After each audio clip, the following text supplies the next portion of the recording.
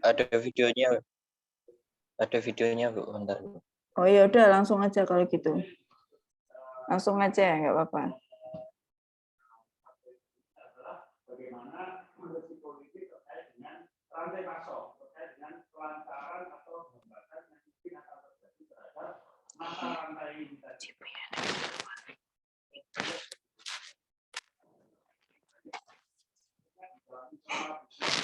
Boleh minta tolong jadiin host Bu, mau di-share videonya. Kalau share videonya dikasihkan ke Surya bentuk videonya itu. Videonya ada di saya Bu. Oh, lah Lavi bisa nge-share nggak? Share screen. Terus saya Bisa. jadikan itu. Bisa. Bentar. Lavi, sisas. Produknya kualitasnya harus dijaga. Di samping kualitas itu kan berarti kan harus ada bagaimana membuat harga itu. Bentar ya. Kalau kita bicara kualitas, jadi kita harus memperhatikan pakaian. Bagaimana supaya bahan-bahan. Lavi udah saya jadikan co-host. Maaf Bu, yang satunya. Yang mana? Ada dua toh. Sisa Lavi Ardian. Yang mana ya? Bentar. Oh ini. Oh ini bawahnya benar-benar. Co-host. Ya, udah.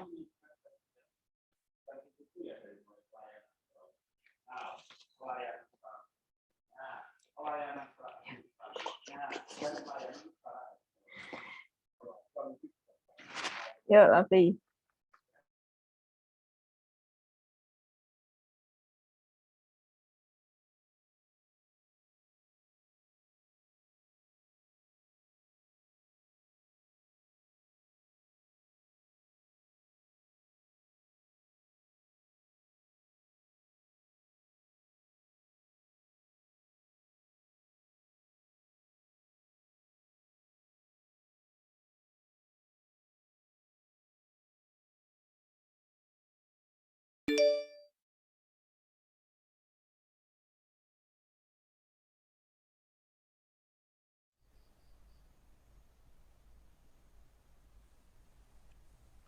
Assalamualaikum warahmatullahi wabarakatuh. Perkenalkan, nama saya Sisyanes Lavi Ardian. Di sini saya akan mewakilkan kelompok 3 yang beranggotakan yang pertama Kamis Awali, yang kedua saya sendiri Sisyanes Lavi Ardian, dan yang ketiga Raihan Akbar.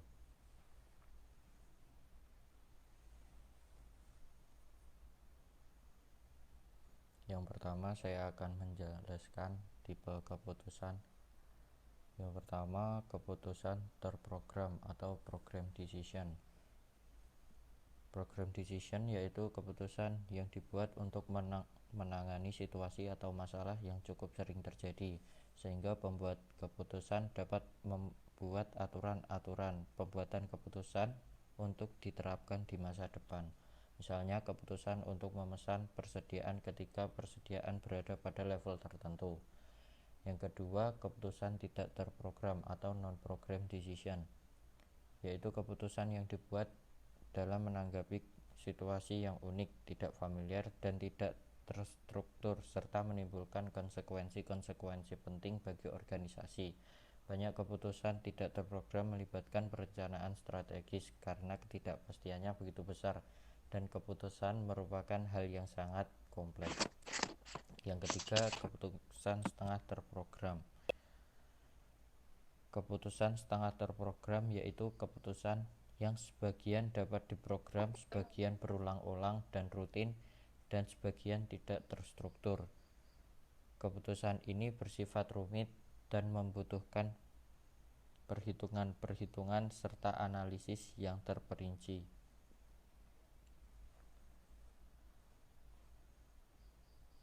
Lanjut ke proses pembuatan keputusan. Proses pembuatan keputusan atau decision making adalah tindakan manajemen dalam pemilihan alternatif untuk mencapai sasaran. Kegiatan dilaksanakan setelah keputusan diambil. Keputusan yang dilakukan oleh manajer tingkat bawah sifatnya adalah rutin dan berulang-ulang yang disebut dengan istilah terprogram atau program, atau keputusan terstruktur atau structured decision. Lanjut ke proses pembuatan keputusan. Proses pembuatan keputusan sendiri dibagi menjadi 7. Yang pertama, pemahaman dan perumusan masalah. Yang kedua, pengumpulan dan analisa data yang relevan. Yang ketiga, pengembangan alternatif-alternatif. Yang keempat, evaluasi alternatif-alternatif. Yang kelima, pemilihan alternatif-alternatif. Yang keenam, implementasi keputusan. Dan yang ketujuh, evaluasi hasil-hasil keputusan. Lanjut ke gaya pembuatan keputusan. Gaya pembuatan keputusan ada sangat banyak. Yang pertama, gaya direktif. Gaya direktif cenderung bersifat efisien, logis, pragmatis, dan sistematis dalam memecahkan masalah. Berfokus pada fakta dan penyelesaian masalah secara lebih singkat. Cenderung berfokus jangka pendek. Yang kedua, ada gaya analitik. Gaya analitik ini hasil keputusannya didasarkan atas inputan hasil analisis. Lebih banyak mempertimbangkan beragam informasi dan alternatif dibandingkan gaya direktif. Pengambilan keputusan diambil dalam jangka waktu agak lama. Gaya analitik ini menggambarkan pemimpin yang otokratik. Yang ketiga, ada gaya konseptual. Gaya konseptual memecahkan masalah dengan pandangan yang luas, suka mempertimbangkan banyak pilihan dan kemungkinan masa depan, melibatkan banyak orang untuk memperoleh beragam informasi dan banyak menggunakan intuisi dalam pengambilan keputusan, berani mengambil risiko dan seringkali menemukan solusi yang kreatif. Namun, seringkali gaya konseptual pengambilan keputusannya tidak pasti. Yang keempat, ada gaya perilaku. Gaya perilaku cenderung bekerja dengan orang lain dan terbuka dalam pertukaran pendapat, cenderung menerima saran, sportif dan bersahabat, suka informasi yang verbal dan menghindari konflik, serta peduli pada kebahagiaan orang lain. Terkadang keputusannya tidak tegas dan sulit mengatakan tidak jika keputusan tersebut akan berdampak kerugian pada orang lain. Lanjut ke metode kuantitatif dalam pembuatan keputusan. Kuantitatif sendiri pengertiannya yaitu sebuah penilaian yang dilakukan berdasarkan jumlah sesuatu, yang mana dalam hal ini kualitas bukanlah sebagai faktor utama yang menjadi dasar penilaian. Mendasarkan keputusan pada penilaian objektif yang didasarkan pada model matematika yang dibuat. Kelebihan dan kekurangan metode kuantitatif.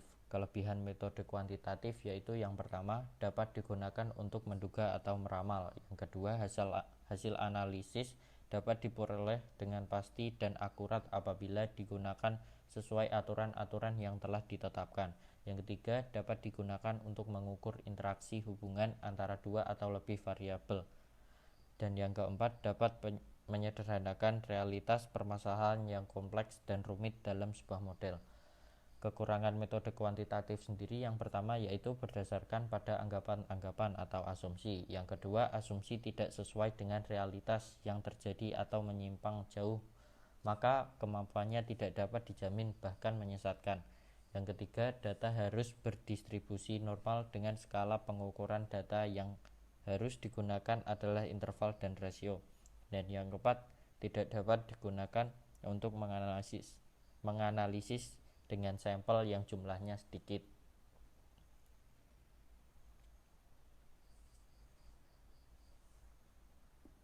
Sekian dari kelompok kami. Maaf apabila ada kesalahan atau tutur kata yang kurang jelas atau terlalu cepat. Saya akhiri. Wassalamualaikum warahmatullahi wabarakatuh. Ya, silakan. Temennya ditanya itu, Lavi, ada yang mau ditanyakan? Baik, apakah ada pertanyaan atau pembenaran? Suara apa itu? Kira isi berikutnya. Ya. Pengembangan alternatif yang seperti apa dalam proses pembuatan keputusan? Gimana, Mbak? Boleh diulangi? Pengembangan alternatif yang seperti apa dalam proses pembuatan keputusan?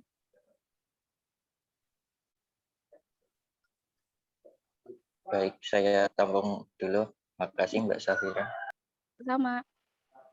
Anastasia mau bertanya. Ya. Oke, silakan, Mbak. Berikan contoh implementasi keputusan.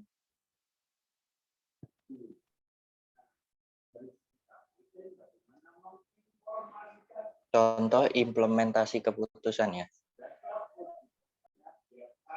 Iya, dalam proses pembuatan keputusannya tadi. Baik, saya tampung dulu. Terima kasih, Mbak. Saya mau bertanya, izin bertanya, Sianes. Baik, silakan Mas Aat.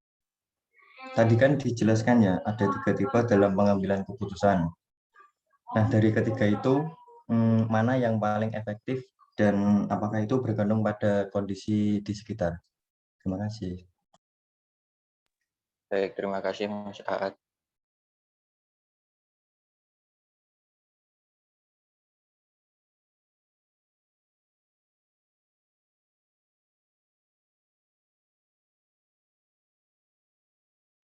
Ada lagi yang ingin bertanya? Saya persilahkan, masih bisa Saya izin bertanya. orang. Oke, silakan Mas. Ya, tadi kan di keputusan tidak terprogram adalah keputusan yang dibuat dalam menanggapi situasi yang unik. Nah, contoh situasi yang unik tuh kayak gimana ya, Mas? Makasih.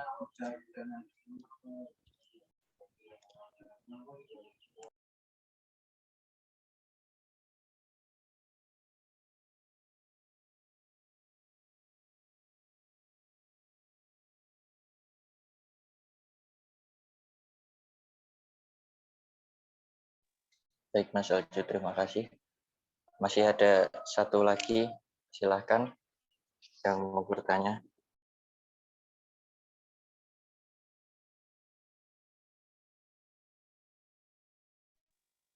Apakah tidak ada?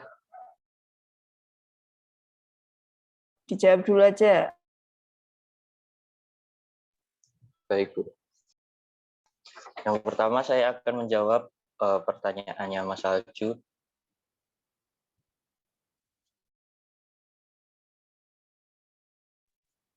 Contoh situasi unik dalam keputusan tidak terprogram ya. Situasi unik sendiri yang dimaksud adalah situasi yang jarang ditemui oleh pembuat keputusan. Contoh situasi unik sendiri ada banyak. Misalnya dalam bisnis burger misalnya. Misalnya ada pembeli yang misalnya request, Mas pengen dikasih acar apa yang misalnya porsinya tidak biasa. Nah itu pembuat keputusan harus bisa mempertimbangkan, misalnya dikasih acar banyak masih enak apa enggak, terus ya contohnya seperti itulah salah satunya. Terima kasih Mas. Terima kasih.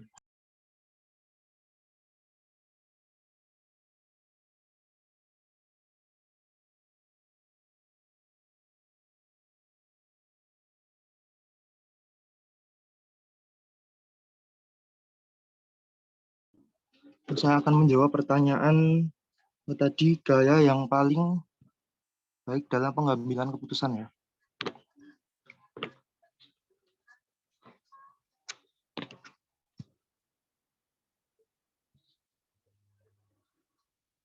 masing-masing gaya pengambilan keputusan ini mempunyai strategi yang berbeda agar bisa memperoleh hasil yang efektif.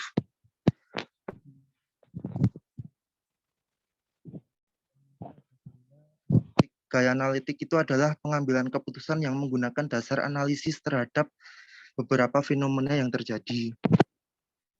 Yang kedua itu adalah konseptual. Dan cara-cara baru dan berani menghadapi resiko, memiliki visi untuk mengambil keputusan jangka panjang, tetapi kurang cepat dalam menentukan rencana tindakan jangka pendek yang harus segera ditetapkan. Yang selanjutnya adalah gaya perilaku. Dalam gaya ini untuk mempertahankan kekuasaannya tidak berorientasi pada anggota organisasi, tetapi pada atasannya yang berpengaruh dan menentukan jabatan kepemimpinannya. Dan gaya direktif itu adalah gaya kepemimpinan yang mempunyai hubungan yang positif. Nah, jadi setiap gaya itu mempunyai ciri dan kelebihan kekurangan masing-masing. Terima kasih.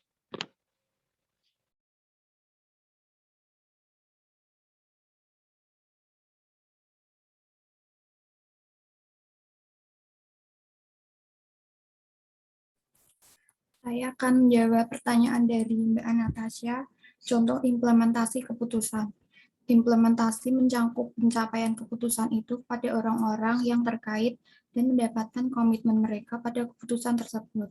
Oleh karena itu, pekerjaan manajer tidak hanya terbatas pada keterampilan memilih pemecahan yang baik, akan tetapi meliputi juga pengetahuan dan keterampilan yang perlu untuk melaksanakan pemecahan masalah tersebut menjadi perilaku dalam organisasi. Itu Mbak, terima kasih. Makasih Kamila.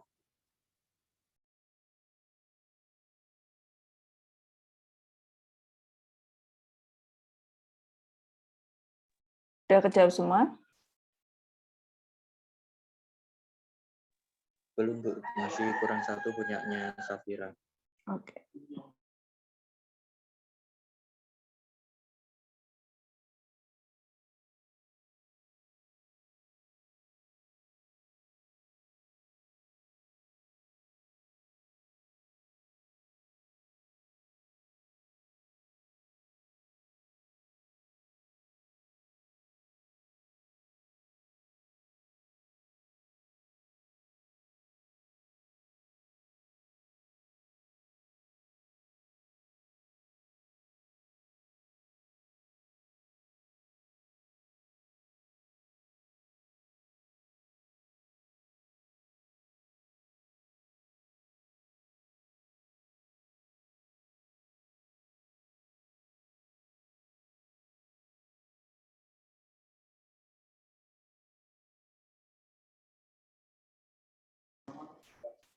Yuk dijawab.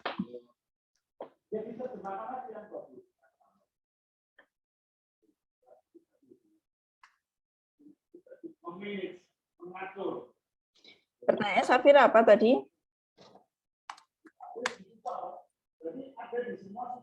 Itu Bu, pengembangan alternatif yang seperti apa dalam proses pembuatan keputusan? Alternatif seperti apa dalam pembuatan?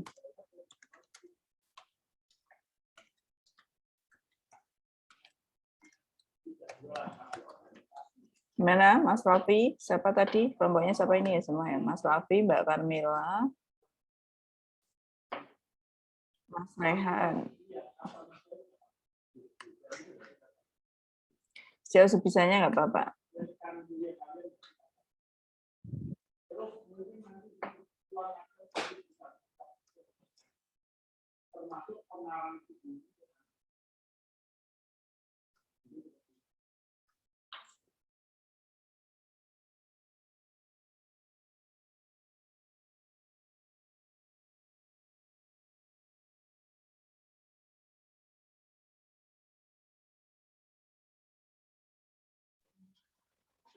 Izin menjawab, jadi pengembangan alternatif apa yang dilakukan?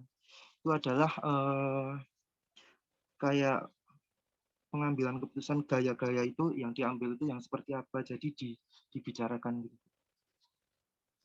Mana yang terbaik gitu. Oke. Kalau sudah, silakan di-close, nanti lanjut saya jelaskan ya. Baik, terima kasih.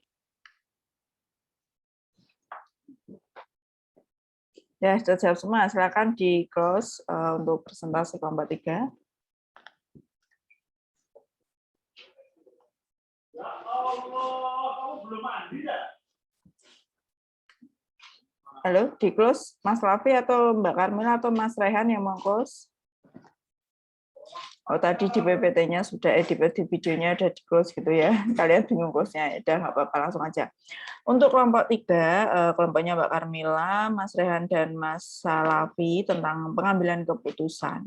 Jadi kenapa sih pengambilan keputusan itu kok penting dalam sebuah manajemen? Sepengetahuan kalian, pengambilan keputusan dari contoh diri kalian sendiri. Contohnya apa? Yang paling kecil, kalian pernah nggak memutuskan saya seperti ini, mengambil keputusan dari untuk kepentingan kalian atau memang contoh pribadi kalian? Ada yang pernah nggak, Mas? Dari contoh kecilnya apa? Ya, betul. Contoh kecilnya saya waktu kita mau masuk ke kuliah ini, Bu, saya memilih antara akuntansi. Jadi, pengambilan keputusan pada diri kita sendiri. Yang tadi sudah dijawab Mas Christian. Ya, oke, saya kenapa sih saya memutuskan untuk kuliah di CKU? Kenapa sih saya memutuskan kuliah di CKU? Karena ini ada beasiswanya dan saya butuh ini. Otomatis kalian mempertimbangkan. Oh iya ya, mungkin di antara kalian, saya pengen loh kuliah itu di universitas yang gede, yang jurusannya banyak. Mungkin, benar nggak? Tapi karena pertimbangan kalian satu, aduh kok saya nggak punya biaya, tapi saya butuh beasiswa. Tapi yang buka beasiswa cuma STI cendeknya aku, gimana ya? Nah, pertimbangan-pertimbangan itulah yang termasuk alternatif-alternatif. Contoh pada pribadi kalian atau pada urusan kita sendiri. Jadi ya memang itu biar kalian tuh berarti pengambilan keputusan sebenarnya kayak gitu ya, keputusan harus kita ambil. Nah, kalau keputusan kalian sendiri kan, pribadi kalian sendiri kan, kalian yang mempertimbangkan kalian atau resikonya. Nah, bedanya seusia kalian kan memang masih labil, sangat-sangat labil ya. Jadi ya itu tadi, kalau kalian asal ngambil keputusan, kalian masih di bawah naungan orang tua, maksudnya sebelum menikah kan kita masih di bawah naungan orang tua gitu kan. Ya memang minta pertimbangan orang tua. Dan bahasanya ora telonyar itu apa bahasanya? Biar kalian tidak ya itu ke sana ke sini tanpa kalian pertimbangan, karena memang kalian butuh masukan, kalian butuh pertimbangan. Siapa yang memberikan pertimbangan itu? Ya orang tua, saudara. Jadi pacar bisa, Bu? Iya bisa. Tapi kan kita lihat dulu, yang paling penting adalah keluarga. Keluarga pasti akan memberikan saran dan pertimbangan yang tidak akan menjerumuskan kalian. Seperti itu. Teman boleh ngasih pertimbangan, tapi kan di mana kita harus bisa menganalisa, oh ini pertimbangan dia memang oke deh, kelebihannya seperti ini, resikonya seperti ini. Jadi jangan terus mentang-mentang dubeh pacare anyar, pacare nyaranke wis ora usah kuliah, ora usah kerja wae to. Ngene-ngene. Wah, akhirnya percaya mbek pacare seperti. Jadi siapa yang memberi pertimbangan itu kita analisa, jangan asal bilang iya atau enggak, seperti itu. Terus kalian contohnya mungkin pacaran, kalian memutuskan untuk putus ataupun lanjut. Itu kan kalian mempertimbangkan dari segi, ini contoh real aja, mungkin karena kalian kan mungkin semuanya hampir ngalamin gitu ya. Kenapa saya memutuskan hubungan dengan dia? Kenapa sih? Pasti kan ada pertimbangan. Nah, begitu juga di dunia perusahaan. Level seorang pimpinan, dia pengambil keputusan paling tinggi, ya harus mengetahui permasalahannya seperti apa. Dianalisa, jangan asal, oh iya, permasalahan ini, ya wis keputusan ini. Jadi ya memang itu susah ya, maksudnya nggak gampang. Saya pun masih belajar. Oh, ada permasalahan seperti ini. Ada jalan keluar A, B, C. Nah, pertimbangan alternatif adalah itu tadi, ada misal ada kasus nih, kasus apa ya contohnya? Ada mahasiswa yang suka bolos terus. Akhirnya saya dapat laporan dari dosen wali, Bu, ini mau bolos terus, ini beasiswa, gimana kalau beasiswa dicabut? Saya nggak asal nyabut, saya lihat datanya dulu, mana absensi dia, dia sering bolosnya di mata kuliah apa. Jadi saya nggak langsung, oh ya udah langsung dicabut aja, bisa enggak. Jadi kita analisa dulu. Dan dari presentasi menganalisa data tadi ya, kita bisa melewati kuantitatif ataupun kualitatif. Jadi bocah iki bolosnya di mata kuliah apa ya, dilihat buktinya. Di buku kemajuan, di absensinya memang dia bolos terus. Dia emang sikapnya seperti ini. Banyak pertimbangan. Terus alternatif, 1, ini anak bisa dibina, 2, ini anak memang sudah tidak bisa dibina, 3, beasiswanya dicabut, atau keempat, beasiswanya dipotong dikasih 50%. Nah, itulah alternatif-alternatif yang akan menjadi pilihan untuk mengambil keputusan. Yang pasti intinya 1, besok kalau kalian sudah terjun di dunia kerja ataupun saat ini kalian sudah kerja, minta tolong kalau mengambil keputusan itu by data. Kalau ada data yang valid, berarti kalian istilahnya pengambilan keputusannya secara profesional. Tapi kalau pengambilan datanya hanya jari ini cah kain ini, jari ini bocah kuing ini, itu bukan pengambilan keputusan yang valid, tapi pengambilan keputusan yang asal bahasanya untuk kalian kerja dapat sebagai pimpinan, kalian dapat cerita anak buah kalian yang si A itu kinerjanya jelek apa-apa tanpa kalian buktikan dengan data. Itu namanya kepemimpinan yang otoriter ya. Ya sak senenge pemimpinnya itu mau untuk cerita saka wong nek cah iki kerjane apik dengan semena-mena tanpa dia mencari data, tanpa dia mencari kebenaran, dia asal menjudge ya. Itu hindari sekali. Jangan sampai kita menjadi seseorang yang seperti itu, karena nanti dalam dunia perusahaan apabila seperti itu akan menghancurkan diri kita sendiri. Inti dari pengambilan keputusan adalah 1, by data. Jangan sekali-kali mengambil keputusan tanpa data. Seperti itu. Orang kalian sama pacar kalian mau putus penyambung aja by data, walaupun data itu tidak kalian tulis, tapi yang terekam di memori kalian. Dan itu bahasanya kan mungkin nyata menurut kalian. Jadi sekali lagi kalau mengambil keputusan itu harus dengan data dan datanya dianalisa. Oke, ada permasalahan seperti ini, ada alternatif permasalahan A, B, C. Kita pilih yang mana? Nah, A, B, C pun ini dianalisa lagi. A adalah memiliki kelebihan seperti ini, resikonya seperti ini. B adalah kelebihan seperti ini, alternatif C kelebihannya seperti ini, resikonya seperti ini. Terus mana yang mau kita pilih? Yang mendekati memang dengan istilahnya resiko yang sangat minim pastinya dong, seperti itu adalah alternatif. Ini nanti waktunya tinggal 2 menit, nanti join lagi ya. Tuh, terus salju tadi ya, pengambilan keputusan situasi yang unik tadi udah dijawab. Situasi unik itu ada gini, kadang udah kerja nih, tiba-tiba ada anak buahnya, Pak, saya harus izin ya, ini kerja setengah hari karena anak saya sakit, atau istri saya kenapa, atau orang tua saya kenapa. Mau nggak mau kan harus mengambil keputusan seorang pimpinan. Oh ya udah, nggak mungkin gimana ya Mas, aduh kerjaannya ini, saya bentar dulu ya, saya coba renungkan. Nggak lagi seperti itu. Jadi namanya pengambilan keputusan, kadang memang kita memerlukan waktu, kadang ada yang memang saat itu juga kita putuskan. Seperti itu. Jadi di situasi yang memang tidak terencana, yang namanya tidak terencana kan tiba-tiba itu tadi ada yang izin sakit, padahal kerjaannya masih banyak. Nah, itu seorang pimpinan harus bijaksana nanggepinnya seperti apa. Itu. Terus pertanyaan Anastasia tadi apa ya?